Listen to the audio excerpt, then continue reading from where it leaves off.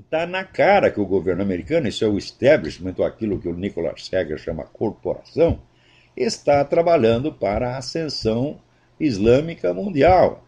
Assim como a Casa Real Britânica, que é um elemento fundamental da corporação, está protegendo a invasão islâmica a olhos vistos. Eu digo para vocês, o príncipe Charles é membro de uma tarica. Ele obedece um sheik islâmico. Meu Deus do céu, eu não sei. Existe no mundo, em plena execução, um processo de extinção da religião, especificamente da católica. Não dá para esconder mais. É uma coisa uniforme em todo mundo, as técnicas são as mesmas e a possibilidade de ser coincidência é zero. Vocês leiam no livro do Lee Penn, False Dawn, que eu já mencionei aqui, tem toda a documentação do projeto de implantação de uma religião biônica mundial. Esse projeto está em plena fase de implementação.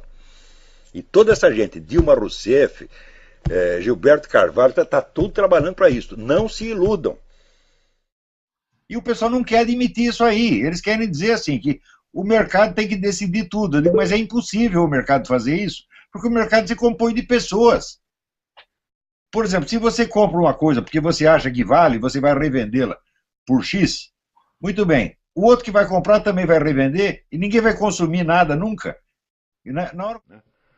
Você vê que todo esse movimento ecológico, esse negócio de aquecimento global, né, fica dizendo que, falando contra os combustíveis fósseis. Eu lembro até o Dr. Fritjof Capra, no livro Ponto de Mutação, falava horrores dos combustíveis fósseis.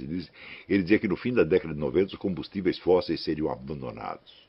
Haveria outras fontes de energia. Estou esperando para ver, já passou 20 anos, não aconteceu. Acontece que os cientistas descobriram o hidrocarbonetos de uma galáxia que fica na puta que eu pariu. Onde nunca teve dinossauro e nunca teve fóssil, porra. Então, combustível fóssil é a puta que eu pariu, você está entendendo? Combustível fóssil é o cu da sua mãe. Não existe combustível fóssil, porra nenhuma. Isso é uma farsa, uma palhaçada. Hein? Então, olha aí. Então, o fato é... Você veja, a Pepsi Cola está usando células de fetos abortados, né, como adoçante nos refrigerantes. De alguém denunciou isso e o negócio foi para o governo, foi para a agência respectiva do governo, que eu não lembro o nome da agência, e a agência disse que tudo bem, que isso é um procedimento comercial normal. Então tá aí, toma Pepsi Cola, você é mais do que o homem sanduíche. Você é um abortista terceirizado. O ser humano é visto como uma mercadoria reciclável ou como uma matéria-prima reciclável. Por exemplo, você pode matar os bebês para você fazer cosmético, para você fazer adoçante. Tá certo? Então, um ser humano pode virar um adoçante. Você está lá comendo uma barra de chocolate e tem um feto humano lá dentro. Tá certo? Na indústria de cosméticos nem se fala. Tá certo? Quer dizer, toda a cultura científica moderna ela aparece baseada, vamos dizer, em falsificações históricas absolutamente monstruosas. Né?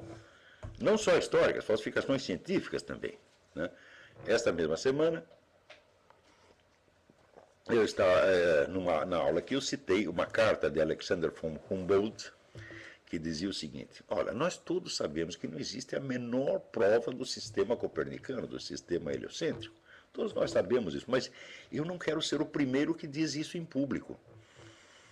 Então, se aparecer algum cientista corajoso e disser isso, eu também vou apoiá-lo, mas eu serei o segundo no comando e não o primeiro, porque eu não quero levar todos os tomates. Né? E coisas desse tipo foram muito comuns na história da ciência, só que são perfeitamente escamoteadas. Né? Com relação, por exemplo, à origem da teoria da relatividade, o que aconteceu foi o seguinte, que no fim do século passado, na passagem do século, uma dupla de cientistas, Michelson e Morley, que disseram o seguinte: olha, se de fato a Terra se move em volta do Sol, então deve haver diferenças, né, na velocidade da luz em vários pontos da Terra, conforme as várias estações do ano. E eles mediram isso milhares e milhares e milhares de vezes e viam que não mudava nada. Então, das duas, uma. Ou a Terra não se move, ou é preciso modificar a física inteira. Então, o cidadão chamado Albert Einstein viu isso e achou que era preferível modificar a física inteira, né, só para não admitir que não havia provas do heliocentrismo. Então, ele fez um arranjo, e esse arranjo implicava, então, várias noções muito estranhas, como a da curvatura do espaço, que é um conceito que até hoje eu não entendi. Tá certo? Quer dizer, como é que você acha que o espaço ocupa um lugar dentro do espaço? Uma coisa que não ocupa um lugar dentro do espaço não pode ser nem curva nem reta. Tá certo? Então, se você disser o espaço curva tudo o que está dentro dele, fala, bom, ainda é possível, mas que o espaço em si mesmo seja curva é uma noção que me parece um pouco esdrúxula. Né? Mais ainda a noção de que pessoas que viajassem através do espaço teriam várias idades ao mesmo tempo, e várias outras coisas muito, muito esquisitas, que nunca foram provadas, tá certo? Mas que eram intelectualmente muito elegantes e que, de algum modo, salvavam as aparências. Tá certo? Então, o fato é que, no confronto entre geocentrismo e heliocentrismo, não existe nenhuma prova definitiva de um lado nem do outro, e você pode usar um sistema de referência, como pode usar o outro. No qual ele diz o seguinte: quando há uma parada cardíaca, o cérebro deixa de funcionar depois de cerca de 10 a 20 segundos. Muitos pacientes em estado de parada cardíaca parecem inteiramente capazes de experimentar processos mentais. Esse fenômeno demonstra que o espírito e a consciência não são gerados pelo cérebro. Ora, existe mais casos registrados disso aqui do que o cético mais exigente poderia requerer. São milhares e milhares e milhares de casos. Quer dizer, o sujeito está lá sem atividade cardíaca, sem atividade cerebral, e, no entanto, está vendo tudo o que se passa em torno. E, às vezes, vê coisas que estão se passando nos quartos vizinhos, e, às vezes, em outros lugares. Tudo isso depois confirmado. Tem até o caso do sujeito que, exatamente nesse estado, ele viu que na casa vizinha tinha um sapato em cima do telhado, veja você. Né? Isso quer dizer que a visão dele não estava nem condicionada ao lugar onde o corpo dele estava.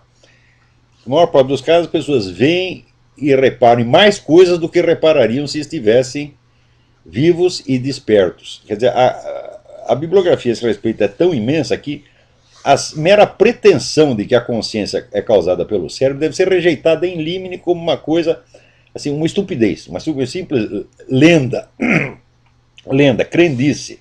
Não há nenhuma prova, nenhum sinal, mesmo remoto, de que a consciência seja causada pelo cérebro. E há milhares e milhares e milhares de provas de que pessoas sem nenhuma atividade cardíaca ou cerebral continuam tendo consciência. A primeira ciência que se desenvolveu no Ocidente foi a teologia. Quer dizer, todos os critérios de verificação, de correção textual, etc., foram todos estabelecidos pela teologia. E, provavelmente, vamos dizer, a teologia é a única ciência que tem um discurso racional do começo até o fim. Porque, por exemplo, outro dia eu disse aí assim, toda a história das origens da ciência moderna é tudo empulhação. Não foi nada disso que aconteceu, tá certo? Então, por exemplo, a ideia de que não, a ciência moderna, a razão e as luzes, né, expulsaram a superstição, a astrologia, a alquimia, etc., etc., e criaram uma nova era de ciência e racionalidade. Isso é absolutamente falso, absolutamente falso.